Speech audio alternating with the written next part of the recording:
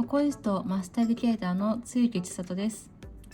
今日はマグネットを使ってこのようなハーバリウムドームを作っていきたいと思います。最後までぜひご覧ください。まずはじめに E267 番こちらのカラーを全面に塗っていきます。塗る時の筆はこちら幅が広いもので一気に塗っていきます。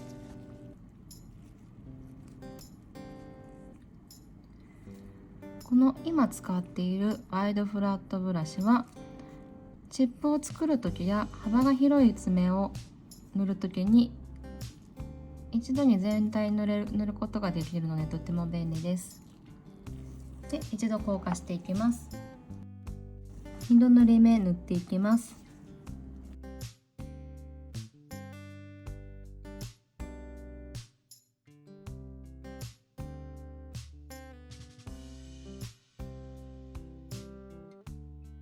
硬化していきます。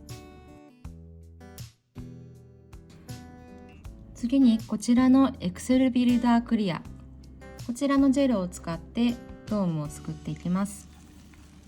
今回はこちらのポインテッドブラシを使ってまずジェルを作っていきます。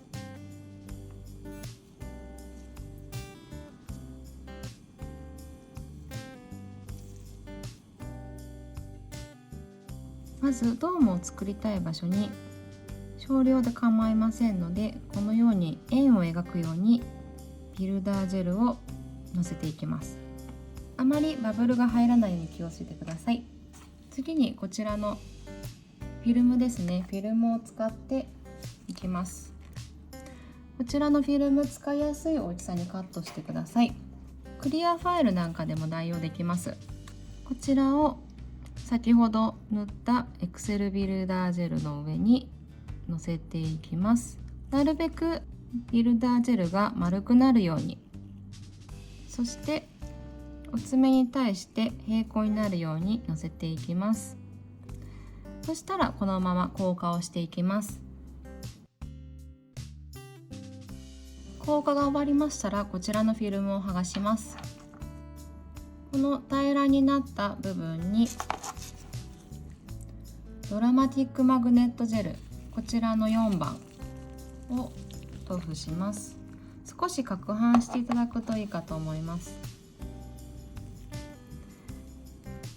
で、平らな部分に少し多めのマグネットジェル、こちらを塗布していただいてマグネットを当てていきます。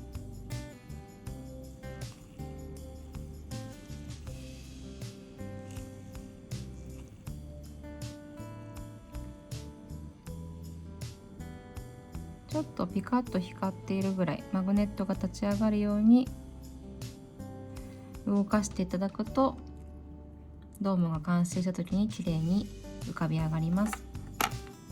ここで一度硬化をしていきます。ここでクリアジェルを薄く塗布してこちらの押し花ですね、こちらをのせていきます。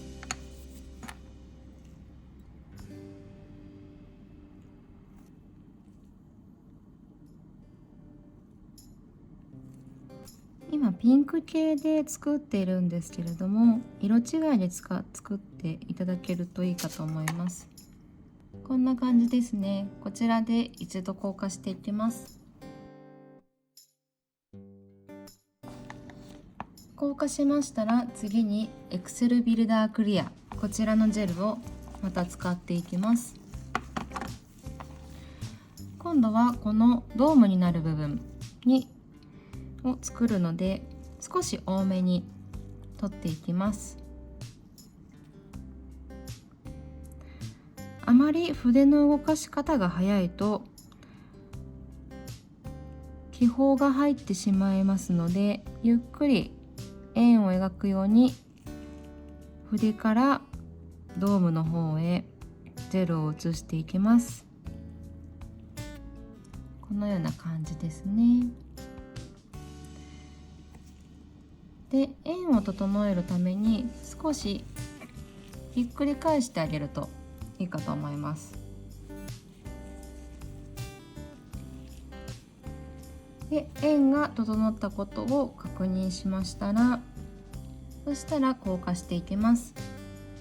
今回ジェルの塗布量が少し多いので、通常の硬化時間よりも長めに硬化してください。硬化が終わりました。最後にこちらウルトラグロッシーノンワイプトップコートジェル、こちらを塗布していきます。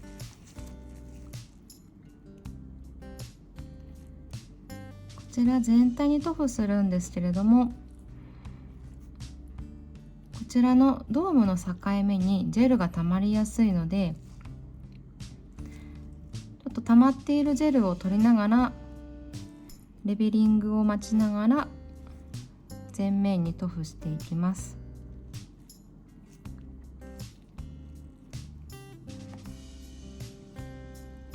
こんな感じです。塗れましたら硬化していきます。こちらで完成です。